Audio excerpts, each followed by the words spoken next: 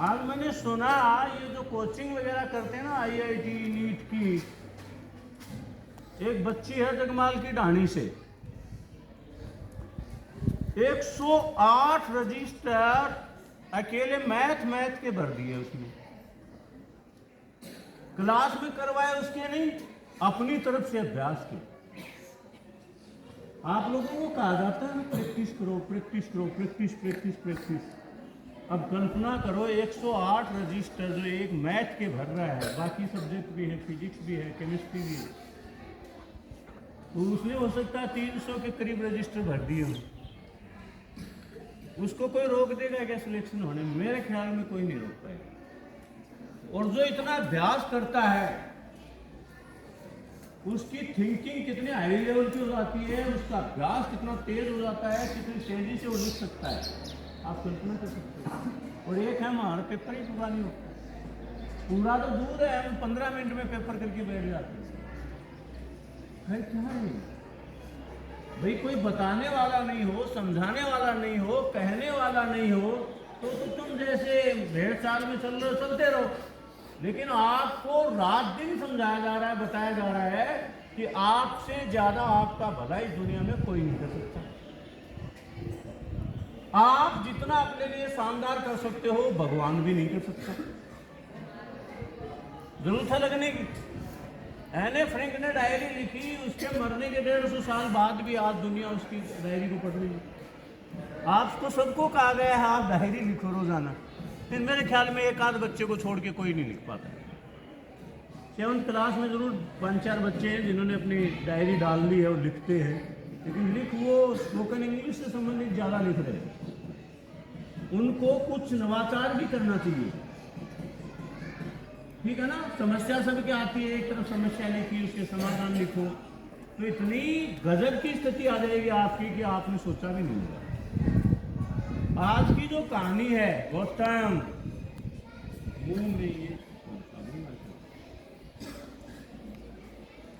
अपना सत्यानाश प्लस दाएं बाएं 2 बच्चों का और बोल करके सत्यानाश करने की कोशिश करें। आज की कहानी है, अपने यहाँ कहावत भी सुनी होगी आपने, चूसे का जन्मा हुआ बिल खोजता है। समझ रहे हो ना? एक बार एक शेरनी ने 2 बच्चों को जन्म दिया। कितने बच्चों को? 2। एक दिन ये क्या है, बड़े शानदार होते हैं जीव, जो जीव जिस टाइप का है वो उसकी चीजें अपने बच्चे को बचपन में ही सिखाना शुरू कर देते हैं।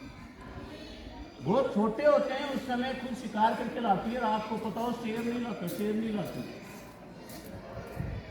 तो एक दिन वो शेरनी शिकार सिखाने के लिए अपने बच्चों को ले जा रही थी कि चलो तुम बड़े हो गए हो, तुम्हें शिकार करनी भी सिखानी है, चलो स्कूल में भी भेजना है, बहुत सारे काम है।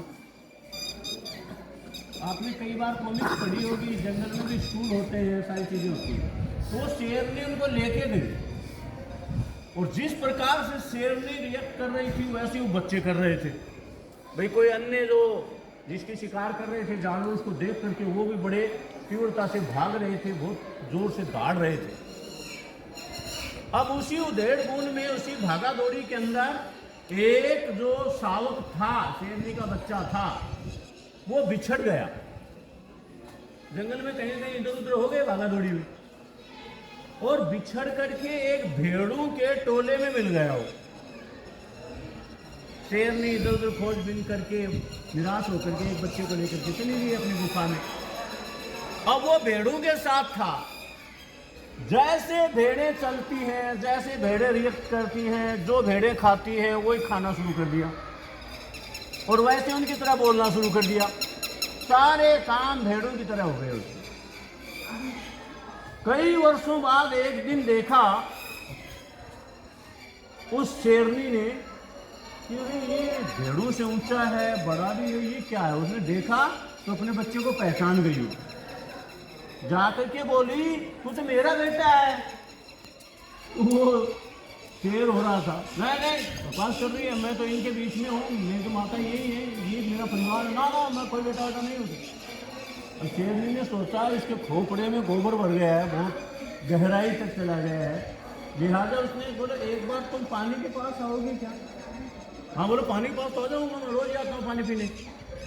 अब वो जो ही पास गया तो शेरनी ने उसको देखा, देख शेर, ये जो आपको पानी में परछाई दिख रही है, ये देखो और मुझे देखो, इसको देखो और अपने आप को देखो, तुम भेड़ू जैसे लग रहे हो क्या? बोलो नहीं। फिर उसने जोर से दाड़ लगाई शेरनी ने, वो भी दाड़ा, देखो हमारी आवाज भी नहीं मिली।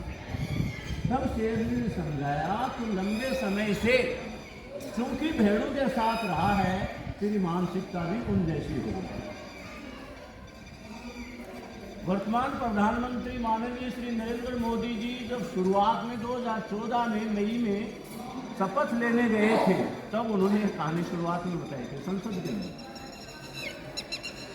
संसद की चौखट चूमी थी उन्होंने मस्तक लगा करके, पहले ऐसा कभी नहीं हुआ। तो आप भी भारतीय हो, सच्चे हिंदुस्तानी हो, लेकिन आपके आसपास जो अन्य स्कूलों के बच्चे होते हैं, अड़ोस पड़ोस के होते हैं, वो आपको इतना कचरा परोस देते हैं, आप चाहते हुए भी अंकित गुजर की तरह रेगुलर स्कूल में नहीं आ पाते। ये भेड़ों के बीच ही रहता है, इसको बड़ा मजा आता है भेड़ों को चारा डालने में, भेड़ों को पानी पिलाने में। तो ये नहीं सोच पा रहा है कि ये काम मैं करता रहा तो फिर मुझे स्कूल आने की क्या जरूरत है, मेरे को उसी काम में लग जाना चाहिए। तो हम चाहे कहीं भी हो, अगर हम अपनी तरफ से प्रयास नहीं कर रहे हैं, स्वयं प्रयास नहीं करते, तब तक हमारी सफलता संदिग्ध रहती है, उस सफलता में संदेह रहता है। आप सोच के देखिए, 108 रजिस्टर आप में से आज तक नहीं भरे। भाई 11वीं 12वीं बच्चे बैठे हैं यहाँ, 108 रजिस्टर कॉपियाँ आज तक तुमने भरी हैं क्या? 11 साल हो गए, उस बच्ची ने 8-9 महीने में भर दिए 108 रजिस्टर और अलग है।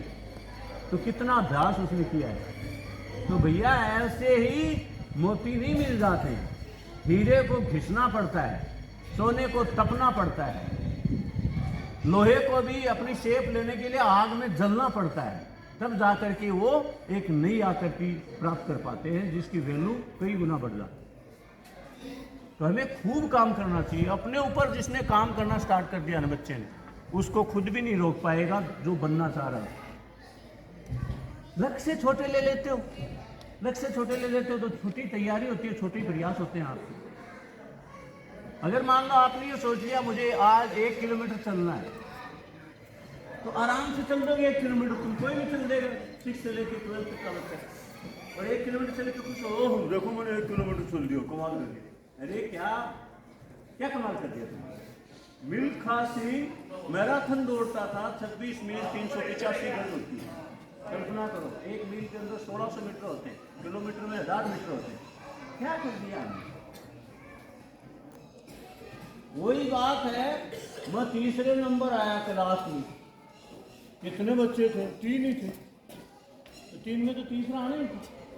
मैं दौड़ में पहले नंबर आया। कितने दौड़ रहे थे? अकेले ही दौड़ रहे, तो पहले आए ही।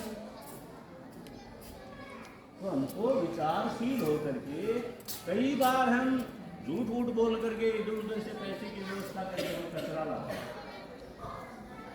प्लास्टिक की पैकिंग में चाहे बादाम हो, वो भी गड़बड़ है, उनके अंदर भी कोई केमिकल का असर कर रहा है। आपको बार बार बोला गया है आप इम्पैक्ट सामग्री का यूज मत करो। इस चक्कर में मत करो, कुछ नहीं बिगड़ा, हम तो बिस्किट खा ली, क्या देते हैं हम खीर पे में तो लाठी पी लेते हैं, कुछ नहीं बिगड़ता। बिगड़ेगा समाज को थोड़ा इंतजार करो, और इतना बिगड़ेगा इस दुनिया में कहीं इलाज भी नहीं होगा। तब हमारे मुख्यमंत्री को 25 लाख इलाज के खर्चे फ्री करने, 25 लाख, कोई भी 25 लाख तक का इलाज करवा सकता है। अब सारे इलाज ही करवाएंगे, मजदूर मजदूरी करने नहीं जा पाएंगे, उनकी मानसिकता चेंज हो जाएगी, वो जाके अस्पताल में दलित खिचड़ा सब कुछ मिलता है वही रहेंगे, इलाज भी करवाएंगे वही खाएंगे। तो हमें ये सोचना चाहिए हमारा बीमार होने पर इलाज होगा, हम बीमार क्यों हो रहे हैं इस पे काम करें, बीमार होना ही क्यों पड़ेगा, उस पर काम करेंगे तो दिक्कत नहीं आएगी। आपको कह रखा आपको फौजी कटिंग रखनी है, सादगीपूर्ण जीवन यापन करना है 12 साल तक 12वीं कक्षा तक। उसके बावजूद आप फौजी कटिंग करा लेते, फिर घर से फोन आते, दोबारा तुम्हें फोन आते, फिर तुम दोबारा नहीं के पास आते, कुछ ऐसा लेता है। इससे बात छुटे रखो, नाखून नियमित रूप से काटो, खान पान अपना सही रखो, कोई समस्या नहीं आएगी, कोई बीमार नहीं होगा। कौन कौन बच्चा लिखना स्टार्ट करेगा अपने आप के ऊपर? हाथ ऊपर करो ध्यान। कौन कौन लिखना स्टार्ट करेंगे आज की बात सुन के? अब बड़ी दुर्भाग्य की बात है, सारे ही बच्चे हाथ ऊपर करेंगे। अगर सारे करने लग गए तो दुनिया में देश तो 200 के आसपास ही है।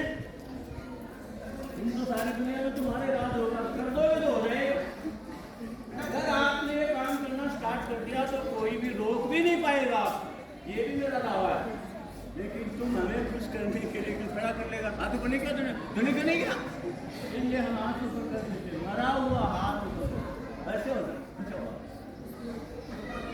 तब उसी समय से संकेत हो जाता है मुझे काम करना। I how to do this action anywhere, any how, any time. Okay, thank you, best of luck, have a nice day.